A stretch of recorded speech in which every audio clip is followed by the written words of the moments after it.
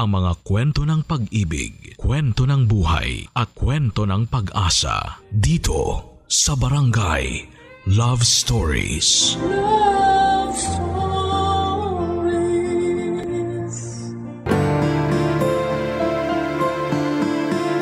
Sa mundong walang permanente, kahit ang pagkakaibigan ay natatapos sa isang pagkakamali, ang matagal na samahan at respetong binigay sa isa't isa ay posible na ring mawalan ng silbi. Ikaw kabarangay, sa anong paraan nasira ang tiwala mo sa iyong kaibigan? Dear Papa Dudut, magandang araw po sa iyo at sa mga nakatutok sa inyong programa. Madalas ko po kayong napapakinggan sa live airing ninyo sa Facebook page ng Barangay LS 97.1. Tawagin niyo na lamang po ako sa pangalang Naya, 30 years old na sa ngayon at nagtatrabaho bilang isang casino dealer.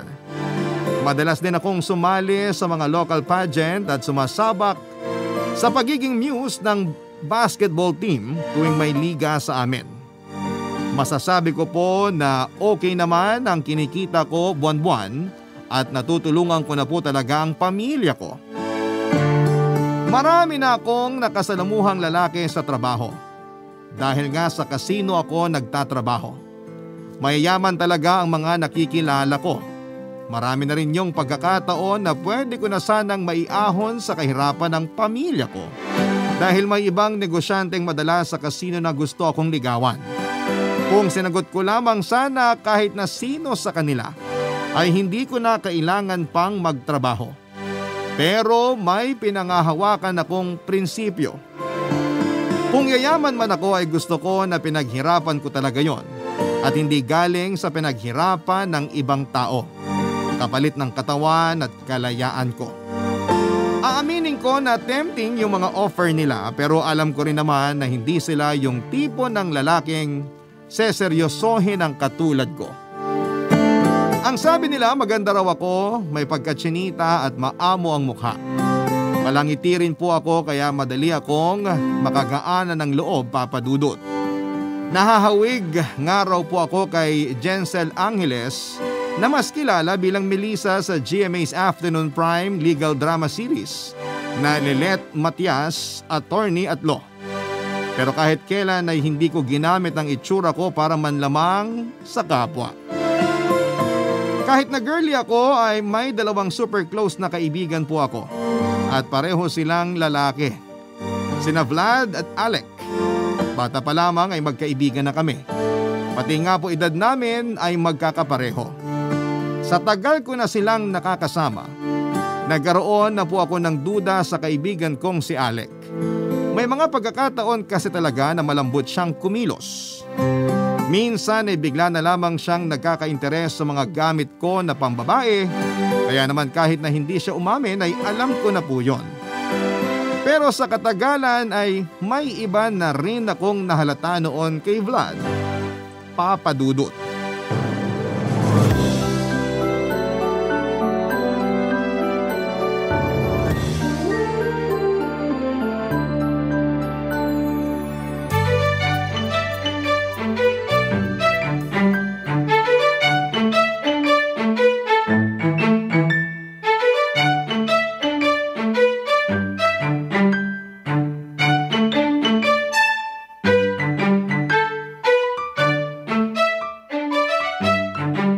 Cheers!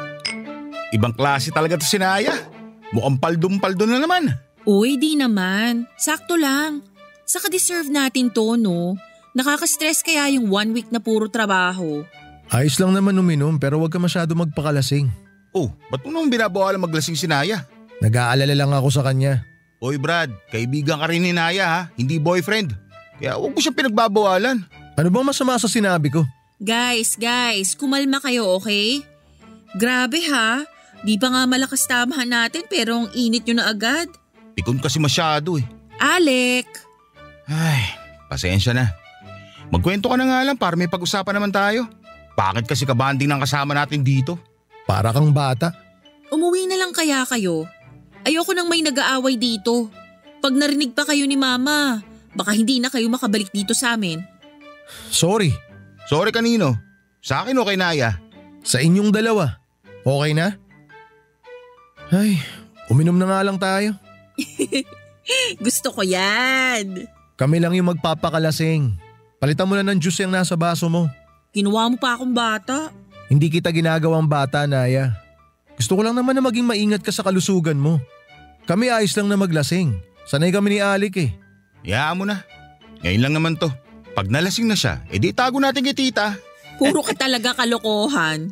Nga pala, kamusta yung bago mo manliligaw? May pag-asa na ba? Mukhang marami ka ng tinanggihan ah. Ayun, kahit tanggihan ko na, nangungulit pa rin. Nag-aayang makipag-date. Businessman din ba? Medyo. Paano medyo? Content creator kasi siya. Sikat na kaya malamang malaki na rin ang kinikita nun. Tapos nagnenegosyo rin daw siya. Oh, mukhang okay naman ah. Bakit ayaw mo pa? Mas okay na yun kaysa doon sa mga politiko na nangangas na i-date ka. Masyadong komplikado. Ayoko. Mas gusto ko yung low-key lang. Kung ganun kasi kasikat. Paano pag nag-break kami? Tapos nalaman ng followers niya. Syempre, yung simpatsya ng mga tao nasa kanya. Paano naman ako, diba? Ay, isa pa. Baka mawala na rin ako ng privacy. Sa bagay, may point ka rin naman. Kaya nga kinikilatis ko muna ng mabuti lahat ng pumuporma sa akin. Oo na, para naman di ka namin kilala. Oh, ba't naman natahimik ka na dyan, Vlad? Di ka na ikisali sa usapan namin. Bakit naman ako makikisali wala namang kakwenta-kwenta yung pinag-uusapan nyo. Chinat nyo na lang sana yung isa't isa. Sayang naman nag-inuman pa tayong tatlo. Ang sungit mo, meron ka ba? Dito nyo pa kasi pinag-uusapan yung mga ganyang bagay. Sus, masyado ka naman apektado. Normal naman pag-usapan yun. Saka gusto ko lang din naman malaman kung may puporma dito kay Naya para makilatis man lang natin bago niya sagutin. Alec, huwag kang tanga. Nagsasayang ka lang ng oras. Ano naman ngayon kung sakaling di mo gusto yung nanliligaw sa kanya? Sa tingin mo pakikinggan ka niya? Kapag gusto niya talaga. Wala ka na magagawa ron. Well, at least may nasabi ako. Nasuportahan ko man lang tong kaibigan natin kahit papano. Di tulad mo, parang wala ka namang pakialam eh. Hindi ko lang gusto na may nanliligaw sa kanya. Teka nga, huwag mo sabihin may gusto ka dito sa kaibigan natin. Tama na yan. Sa katigilan mo nga yung kakaasar dyan kay Vlad. Para namang hindi ko alam na may pinupormahan yan. Tsaka baka nakakalimot kayo. Magkakaibigan tayong tatlo. Hindi tayo talo. Sabi mo eh. Ako, wala talaga akong problema dyan. Malabo kong magustuhan si Naya. Sira ulo to. Itsura mo parang diring-diri ka sa akin ah. Excuse me, hindi ka nalugi sa akin no? Kahit naman magustuhan mo si Naya, hindi pa rin kayo bagay. Alam mo Brad, konti na lang talaga. Iisipin ko nang may lihim kang galit sa akin. Kundi si Alec yung bagay sa akin, then sino? Papadudot hindi na sumagot noon si Vlad. Pero nanibago ako sa ikinikilos niya. Hindi naman kasi siya ganon kabilis mairita noon pero noong nabanggit yung tungkol sa manliligaw ko, napansin ko na may nag-iba sa kanya. Sa pagkakaalam ko naman ay may kinikita na siyang babae. Hindi ko lang sigurado kung nanliligaw na nga ba siya o kinakaibigan niya lamang yung mga nakakasama niya. Ewan ko ba pero gwapo naman si Vlad. Mabait din siya at gentleman. May pagkamasungit lang minsan pero sa halip na ika-turn off yon ng mga babae sa kanya ay mas nagiging attractive pa siya sa mga paningin nila. Kung hindi nga lang kami magkababata at parang magkapatid na ang turingan, baka isa na rin ako sa mga nagkakagusto sa kanya ng panahon na yon. Pero yun nga Papadudot, may usapan kaming tatlo na hindi talaga kami pwedeng magkagusto sa isa't isa. O iman sa paningin at pakinggan. Pero magkakaibigan at magkakapatid kami, dapat hanggang sa huling hininga namin. Pero kahit na may usapan kami ay may isang tao naman na talagang botong-boto kay Vlad at kulang na lamang ay ipakasal na ako sa kaibigan ko. Siyempre po wala nang iba kundi si Mama. Biyuda na po ang nanay ko, namatay po kasi ang tatay kong pulis 7 years ago. Pero kahit matagal-tagal na rin yon ay hindi na siya nag-asawa pa ulit. Ako na lamang daw ang mag-asawa dahil ayos na raw siya sa ganong klase ng buhay. Gustong gusto ni Mama si Vlad para sa akin at siya nga rin po ang nakapansin ng pagbabago sa kaibigan ko. Kaya doon ko lang naintindihan kung bakit bigla-bigla na lamang itong nagsusungit sa amin, Papa Dudut.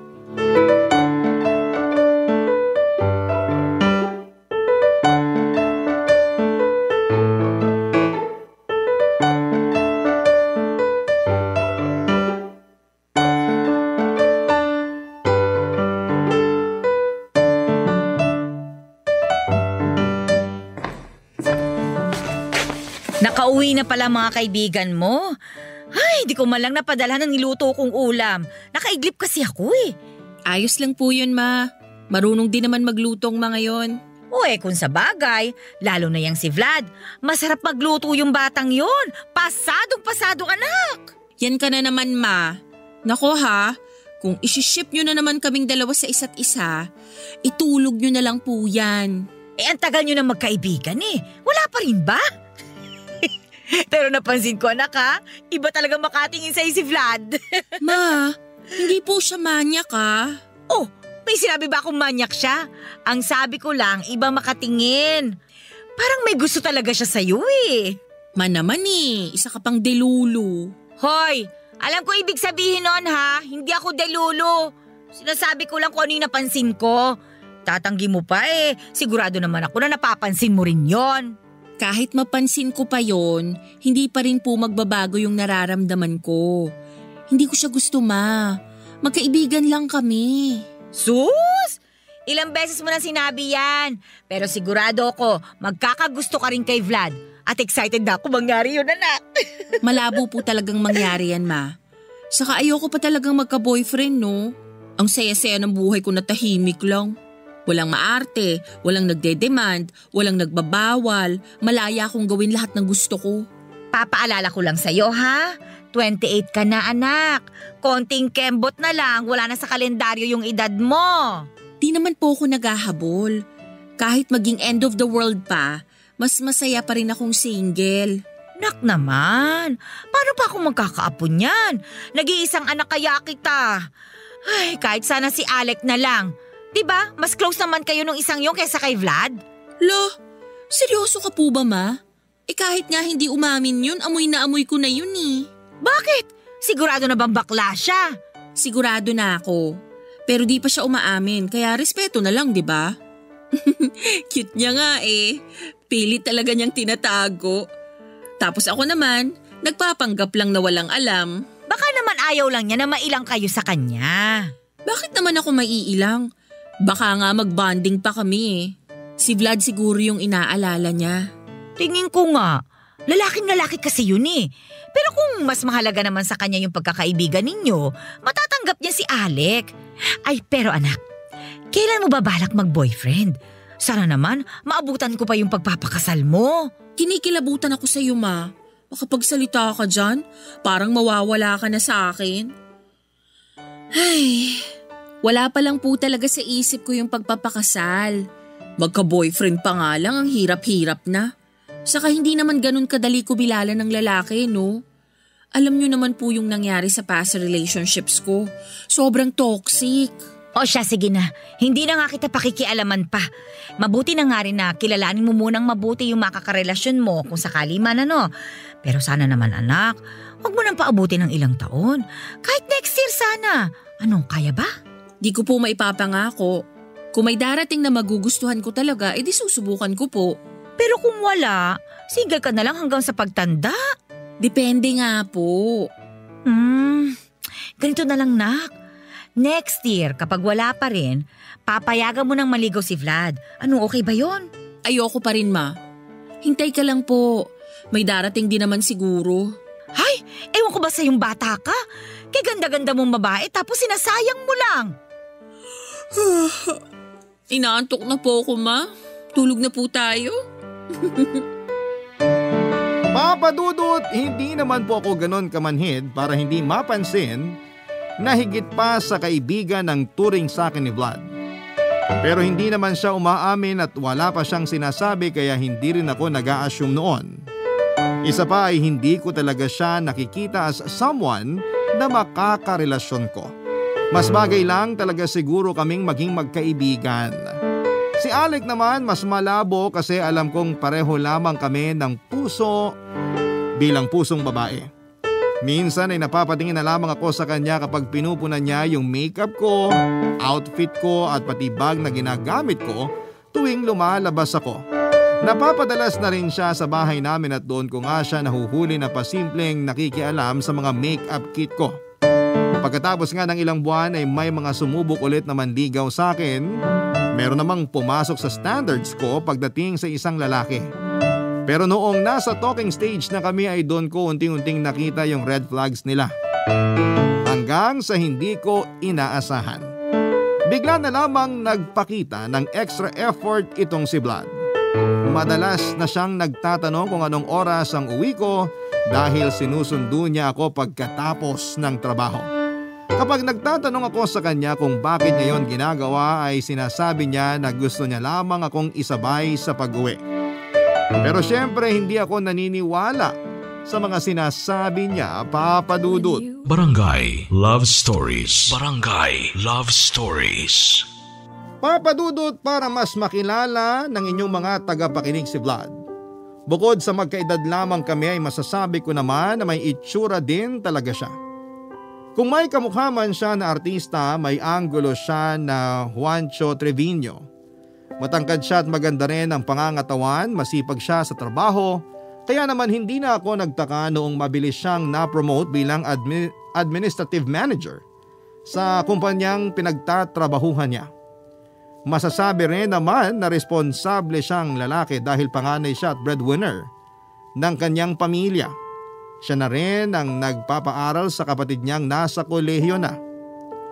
Yung isang beses na pagsundo ni Vlad sa akin sa trabaho ay nasundan pa ng nasundan. Kahit sa mga simpleng lakad ko ay nagpepresenta pa rin siya na ihatid ako. Palibhasa ay nakakuha na siya noon ng sarili niyang sasakyan kaya madali na lamang niyang puntahan ako. Tuwang-tuwa naman si Mama kapag nakikita niya kaming magkasama.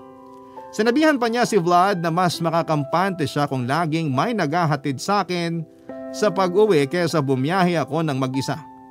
Nagsimula sa paghahatid-hatid ang lahat, Papa Dudut, hanggang sa inaya na rin niya akong lumabas.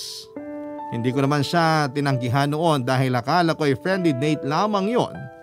Pero hindi ko inaasahan yung ginawa niya ng gabing yon, Papa Dudut.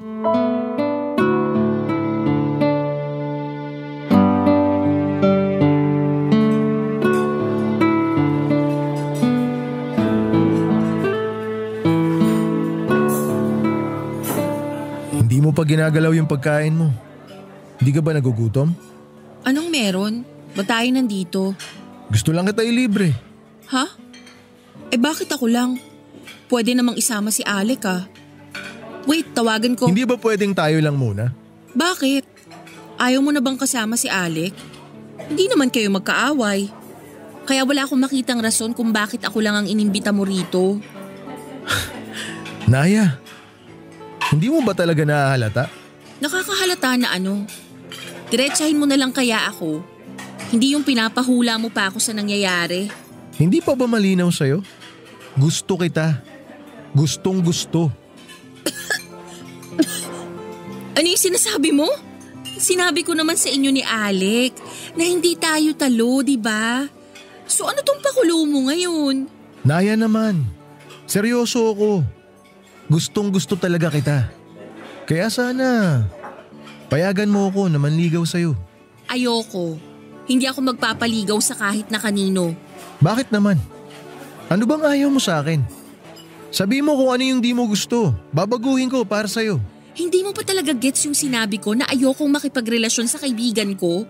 Ang simple lang intindihin nun. Ayaw mo ba nun? Mas kilala mo na ako kumpara sa ibang mga lalaki na naniligaw sa'yo. Mas madali tayo magkakasundo sa mga bagay-bagay. Ay, tinatanong mo kung ano yung ayaw ko, di ba? Yung sinabi mo mismo. Sabi mo babaguhin mo yung mga ayaw ko sa'yo para sa akin. Vlad naman, naging magkaibigan tayo sa loob ng maraming taon. At tanggap ko lahat ng bagay tungkol sa'yo. Yung pagiging masungit mo, lahat. Kaya wala kang kailangang baguhin. Yun naman pala eh. Bigyan mo naman ako ng kahit na isang chance lang. Please. Bibigyan kita ng chance. Tapos ano? Mababaliwala yung pinagsamahan natin ng maraming taon dahil lang sa feelings mo para sa akin kapag naghiwalay tayo. Kaya sinasabi ko sa'yo ngayon pa lang, kalimutan mo na kung ano man yung nararamdaman mo para sa akin. Makakasira lang yan ang pagkakaibigan natin. Sa tingin mo, walang magbabago sa pagkakaibigan natin pagkatapos ng gabing to? Katatapos ko lang umamin sa'yo na gustong gusto kita at naging ganyan yung reaksyon mo. May magbabago na kahit ano pa maging desisyon mo ngayon. Kaya please, bigyan mo na lang ako ng chance. Wow, sa tono mo parang kasalanan ko pa na may magbabago sa pagkakaibigan natin ah. Sino bang sumira sa usapan ha?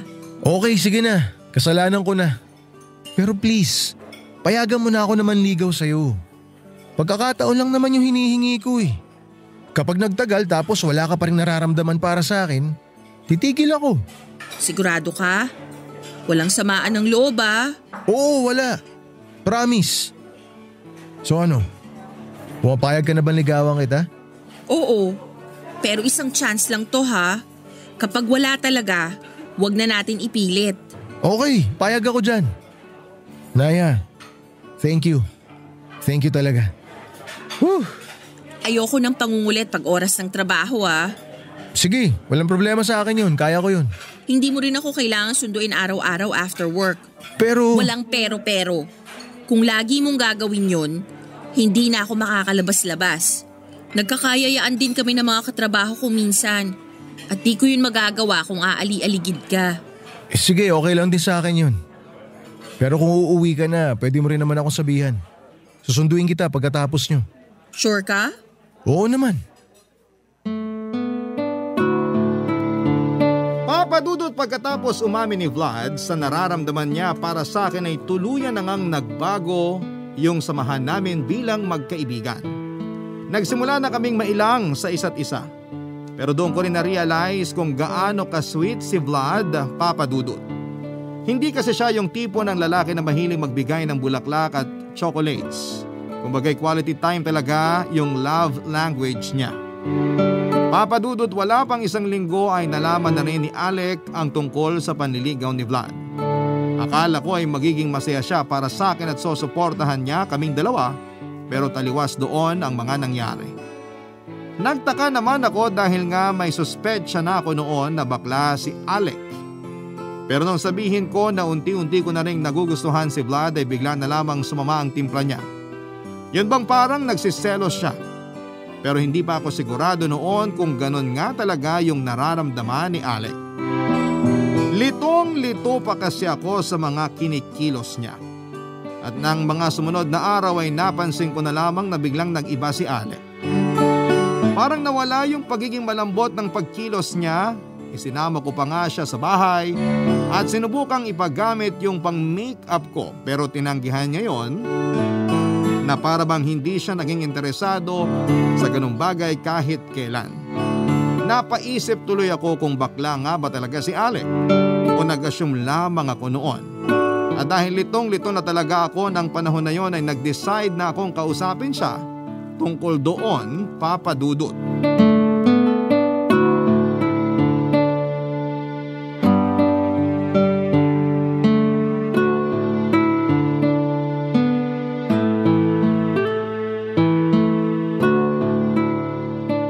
Uy Alec, kanina ka pa walang kibo dyan ah. May problema ka ba? Wala. Tipid mo namang sumagot? Hindi nga. Sa family ba? Ano? Sabihin mo na. Gusto mo talaga malaman? Sige, may problema ako pero hindi yung tungkol sa pamilya ko. Ano nga? Wait, parang alam ko na. Anong alam mo na? Matagal ko na kasing napapansin sa'yo yun eh. Kahit di ka pa umaamin, alam na alam ko na yung sasabihin mo. Talaga? Kung ganun, okay lang na umamin na ako ngayon? Oo naman, ikaw pa ba, Sisteret? Ha? Sisteret? O bakit? Di ba yun naman talaga yung aaminin mo ngayon? Na hindi ka talaga straight guy gaya ng pagkakakilala namin ni Vlad sa'yo? Huwag ka nang hamagpanggap dyan. Bakla ka ng taon. Bakla? Anong bakla ako ng taon ang pinagsasabi mo?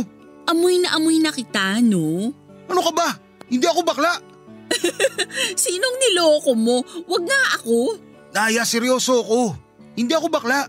Hindi ako gaya ng iniisip mo. Seryoso? So ano yun?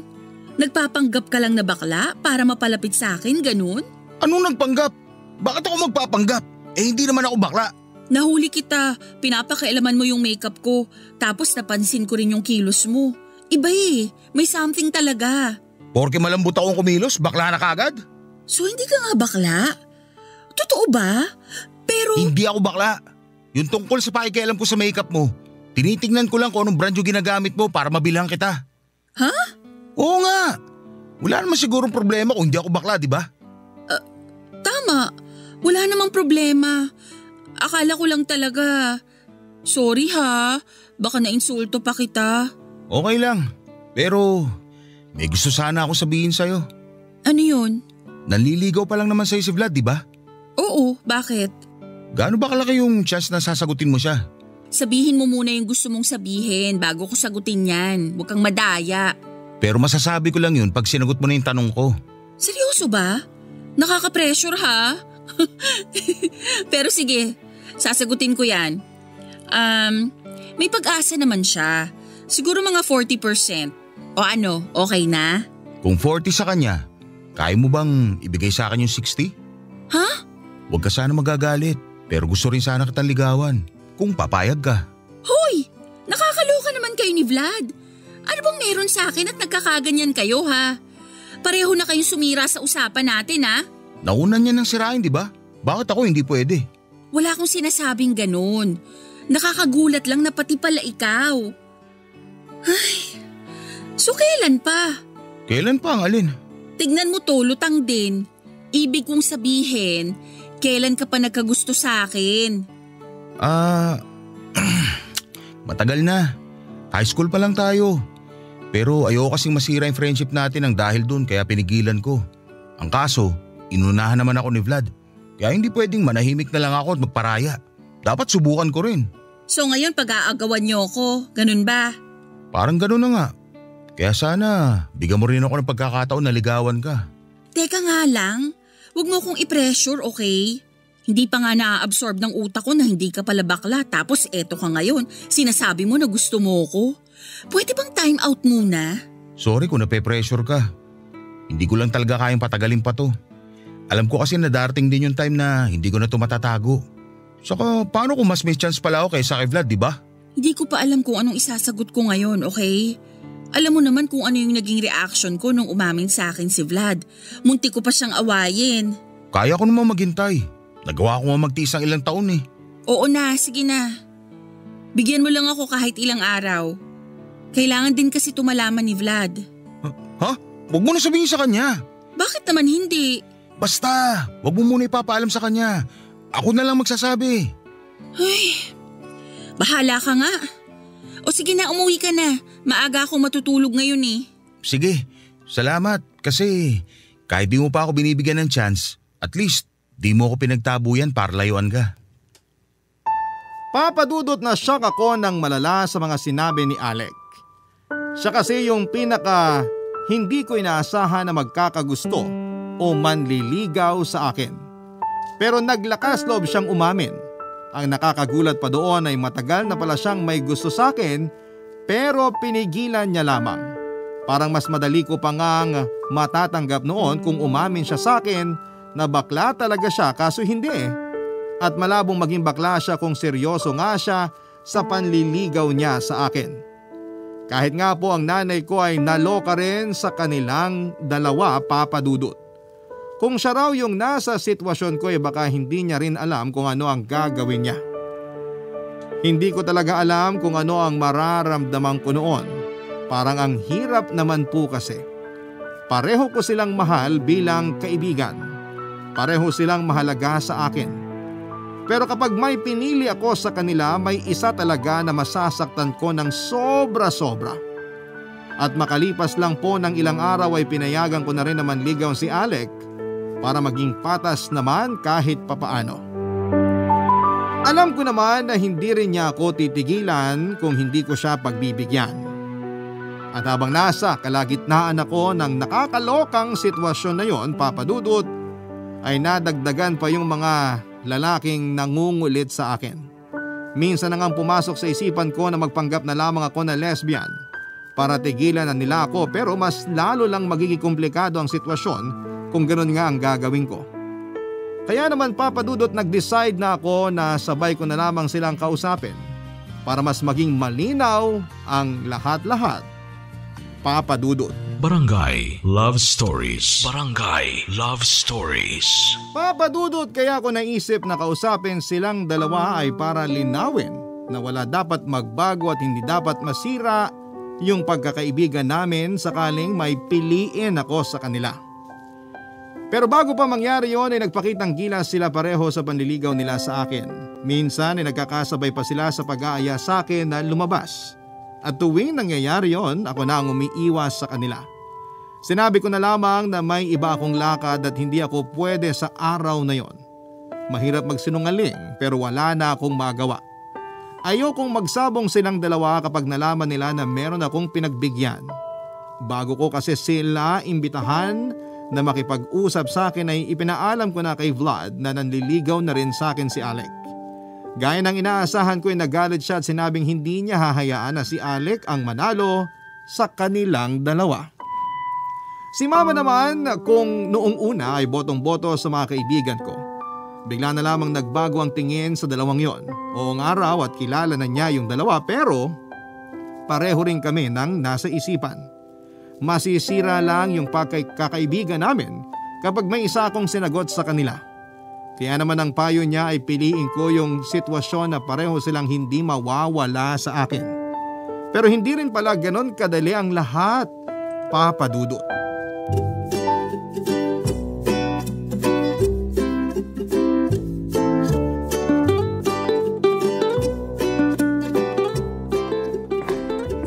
Nak, ano bang gusto mong ulam mamayang hapunan? Kahit ano na lang po, Ma. Ikaw nang bahala. O ay sige. Ay, siya nga pala. Akala ko ba kakausapin mo na sina Vlad at Alec? Huwag mo sabihing nagbago na yung isip mo kasi may gusto kang piliin sa kanilang dalawa. Ma, wala nga po kung pipiliin sa kanila. Kaya ako nga sila kakausapin eh. Kaso hindi lang natuloy. Eh kailan mo pa itutuloy? Mas mabuti nang malaman ng dalawang yon na wala kang sasagutin sa kanila para hindi sila umasa. Mukhang ine-enjoy mo pa yung dalawang lalaking yun ang sabay na nagkakandara pa sa'yo, ha? Sa ginagawa mong yan, para ka nang namamangka sa dalawang ilog. Namamangka talaga, Ma? Oo! At ako ang hahampas ng sagwan sa'yo para magising ka na dyan sa kahibangan mo. Kala ko po ba gusto nyo sila para sa akin? Noon yon. At saka, isa lang sa kanila ang gusto ko para sa'yo. Hindi yung silang dalawa mismo. Aba, malay ko ba naman kasi na may gusto rin pala sa'yo si Alec. Ay nako, kayo mga bata talaga kayo. Oo, ang gugulo ninyo. Hindi ko naman po ginusto na mangyari yun, Ma. Hindi ko rin naman po alam na magkakagusto sila sa akin. Okay na nga sana si Vlad para sa akin eh. Nagustuhan ko na rin siya kahit papano. O papano naman si Alec? Kaya nga po nagdadalawang isip ako, diba? Ay, pinagdarasal ko nga na sana may dumating namang matinong lalaki na pasok sa banga para hindi ko na kailangan pang mamili sa kanila. At least may mabigat na dahilan ako para hindi ko sila sagutin. Ay naku, ewan ko sa'yo, Naya. Magulo na nga pag dalawang nanliligaw sa'yo tapos gusto mo pa magdagdag ng isa.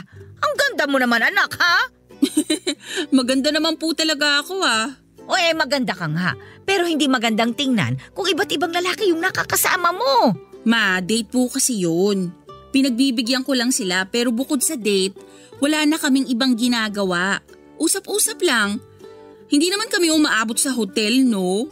Abay, dapat lang. May bisita kaya, Ma? Anong ako? Baka bisita mo. Ay, mukhang alam ko na kung sino. Ako na po magbubukas.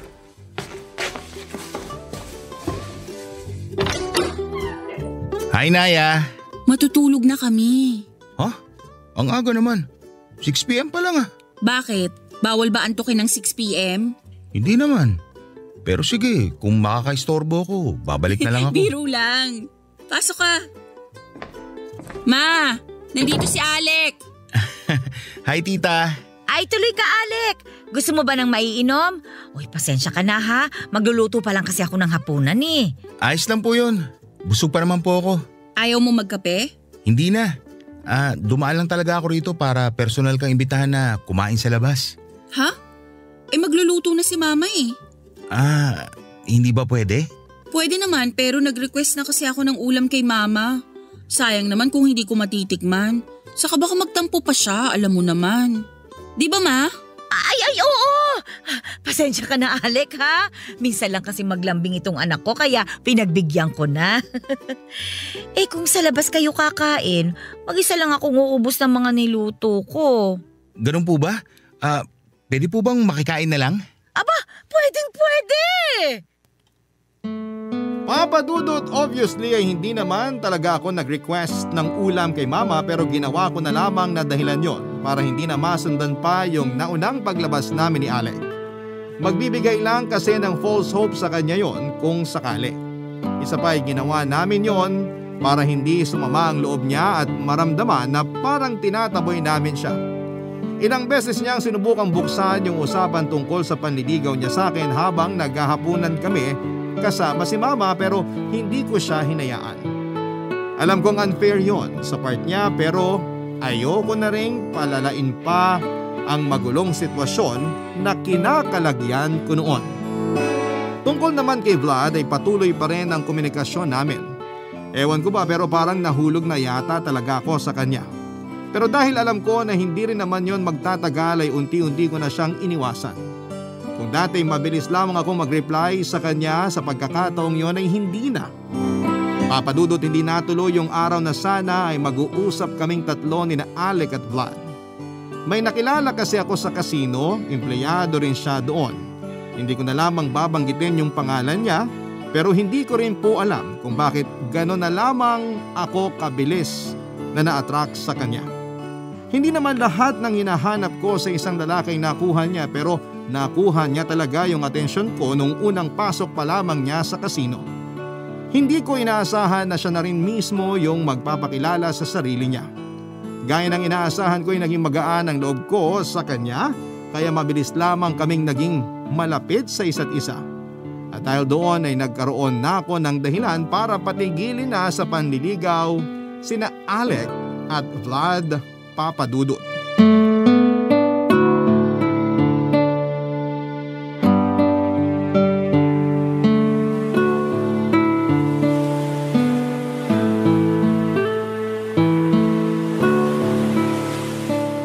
Bakit dito mo naisip na makipag-meet sa amin? Sa tabing dagat talaga? Siguro naalala mo yung childhood natin dito. Sinadya ko na dito tayo magkita-kita. Tama ka. Dito ko nga naiisip yung childhood memories nating tatlo. Parang dati lang naglalaro tayo sa buhangin.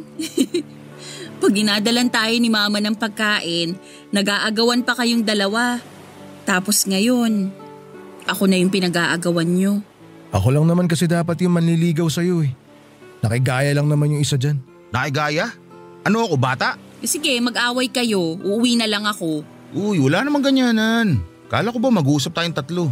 Mag-uusap tayo kung magtitino kayong dalawa. Okay, tatahimik muna ako. Sige na nga, ako rin. Pwede naman kayong magsalita. OA nyo ha. Basta wag lang kayong mag-away. Di na tayo mga bata dito, okay? Pero teka, bakit kailangan tayong tatlo yung mag-usap? Wala ka pa naman sinasagot sa amin, di ba? Wala pa. At wala rin akong plano na sagutin kahit na sino sa inyo. Ano? Sabay pa talaga kayo ha? Tama ba yung narinig namin? Oo. Pero bakit? Akala ko ba okay kami para sa'yo? Talaga ba guys? Ipipilit nyo pa na manligaw sa akin? Diba? Una pa lang, may usapan na tayo. Nauna kang sumira nun, Vlad. At sumunod ka naman agad, Alec. So anong inaasahan nyo na gagawin ko? Sagutin ko kayo pareho? Siyempre hindi. Isa lang naman talaga dapat ang piliin mo sa amin eh. Yun na nga. Kung hindi ikaw yung pipiliin ko, okay lang ba sa'yo? Matatanggap mo ba? Hindi. Kita nyo na? Yun na yun eh. Kapag may isa akong sinagot, may isang masasaktan. Tapos pag nasaktan, magagalit. 18 years na tayong magkakaibigan. Tapos ako lang yung magiging dahilan para masira yun? Pero mahal talaga kita, Naya. Mas nauna ako. Wala lang talaga akong lakas ng loob. Paano kung wala talaga sa inyo yung gusto kong maging boyfriend? Okay, Nandun na tayo sa matagal ko na kayong kilala kaya safe ako sa inyo. Sinubukan ko naman eh. Ikaw Vlad, medyo nagustuhan na kita. Pero ikaw Alec, wala eh. Hanggang kaibigan lang talaga ang kaya kong ibigay sa'yo. Ibig sabihin may pag-asa pa ako? Wala. Ang totoo kasi niyan, may iba na talaga akong nagugustuhan. At wala yun sa inyo. Mas gusto ko na maging kaibigan ko pa rin kayo. Kaya please naman, wag na lang ako. Labo mo naman eh. Parang pinaasa mo lang ako sa ginawa mo. Sorry kung ganun yung naging dating ng ginawa ko.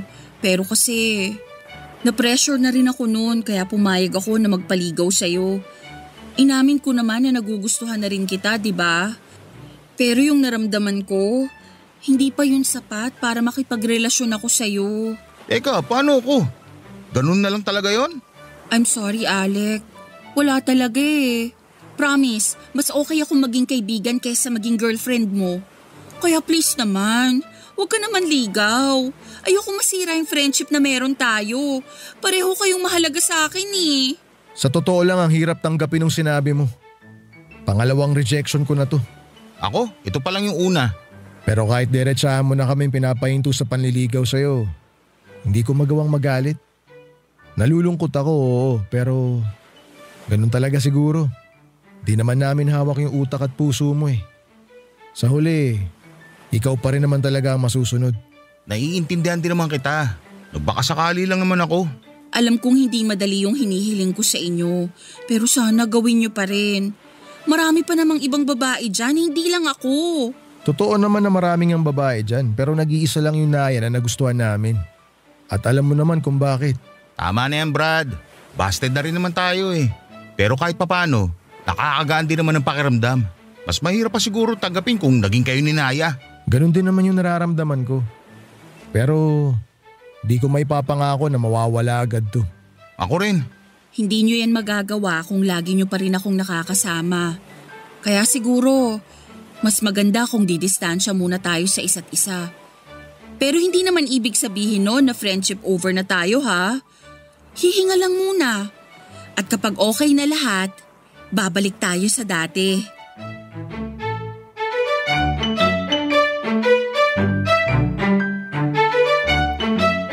Papadudot, yun na nga ang naging panibago naming kasunduan. Gaya ng napag-usapan na hindi na muna kami nagkita-kita. Hindi ko rin sila kinukumusta dahil naiintindihan ko rin naman yung sinabi nila na hindi ganong kadaling kalimutan yung nararamdaman nila para sa akin. Hindi ko nga po alam kung posible ba talagang mangyari ang ganon, pero nagtiwala ako at umasa noon na babalik pa sila bilang mga kaibigan ko. At pagkalipas lang ng mahigit 1 buwan ay nagulat na lamang po ako nang isorpresa nila ako sa bahay. Hindi ko talaga inaasahan na darating sila dahil yon mismo ang araw na pinakilala ko kay mama ang manliligaw ko. Sabi nila ay kalimutan na lang daw namin yung mga nangyari dahil mas matimbang sa kanila yung pagkakaibigan namin kesa sa nararamdaman nila para sa akin.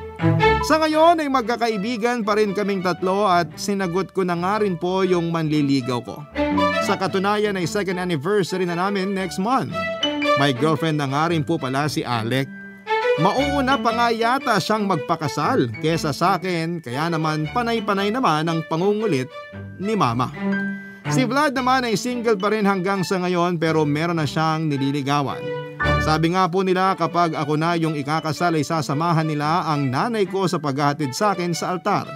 Ganon po nila ako kamahal bilang kaibigan. Papadudot, hanggang dito na lamang po at maraming salamat sa paglalaan mo ng oras para basahin ang kwento ko. Taus-pusong pasasalamat naman sa lahat ng bumubuo ng Barangay LS, hindi lang para sa mga magagandang kwento na napapakinggan namin kundi para sa pagkakataong ibinigay ninyo para mapakinggan din sa inyong programa ang aming kwento. Ang inyong kabarangay, Naya. Nagustuhan ng iyong napakinggan? Ituloy yan via live stream sa www.gmanetwork.com/radio. Barangay LS. In Mega Manila, 97.1.